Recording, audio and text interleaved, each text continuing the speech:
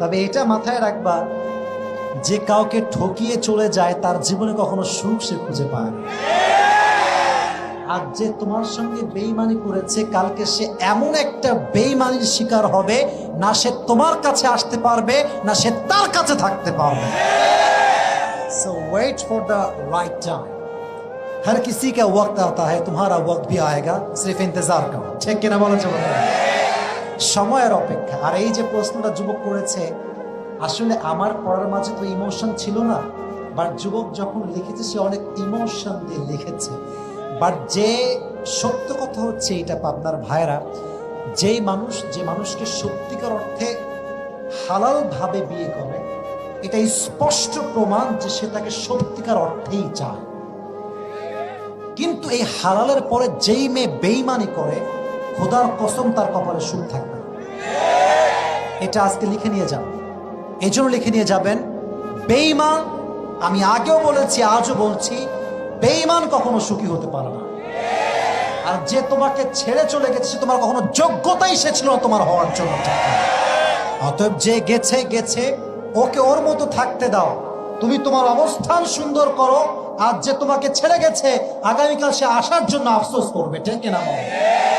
অতএব এই বেঈমানের জন্য আমার এতটুকু কথা থাকবে যে হর কিসি কা ওয়াক্ত আতা হ্যায়, উসকা ভি ওয়াক্ত আয়েগা। ঠিক কিনা বলো যুবক ভাই? আর ওই মেয়েকে হেদায়াত দান করুন, সকলে পড়া আমিন। আর একটা বিষয় আমি সবাইকে বলছি, দেখো আজকালকার ভালোবাসাটা টাকা ছাড়া টিকে না। আজকালকার ব্যাপারটা হচ্ছে কার ফোন? আচ্ছা এখানে রাখেন, আমি বলে দিচ্ছি, সমস্যা নেই, এখানে রেখে দেন, সমস্যা নেই, এখানে দেন, বলে দিবে। এটা তাকবীর দেন, লিল্লাহি তাকবীর। আচ্ছা প্রিয় ভাইরা, যে প্রশ্ন করেছো যুবক, তার নাম আমি বলছি না যে কে তুমি, তাকে আমি দাঁড় করাবো না, বাট এতটুকু বলবো, এই কথা বলবেন না, স্টপ স্টপ, কথা বলবেন না প্লিজ, উত্তর আমাকে দেওয়া লাগবে। যেই মেয়ে স্বামীর সঙ্গে বেঈমানি করে ডিভোর্স নিয়ে চলে যায়, তার আগত স্বামী যে ভালো হবে এর কোনো গ্যারান্টি তার কাছে নাই। আর যে মেয়ে তার প্রথম সংসার টিকাতে পারে না, ধৈর্য ধারণ করতে পারে না, তার সুখ প্রায় সময় আজীবনের জন্য হারাম হয়ে যায়। অতএব যে যুবক দিয়েছ আমাকে এই প্রশ্ন, this is my request for you, বেঈমানের জন্য কোনো মায়া রেখে কোনো লাভ নাই, কোনো লাভ নাই। বেঈমানরে বেঈমানের মতো থাকতে দাও, তুমি এমন একটা পর্যায়ে পৌঁছাও যেন প্রত্যেকটা মেয়ের হালাল স্বপ্নের জায়গায় তুমি পৌঁছে যাও। ঠিক আছে? তবে আমার কথা হচ্ছে একটা, তোমাকে ছেড়ে গেছে মানেই যে গাঁজা মদ খাইয়া জীবন একা বেকা, নো,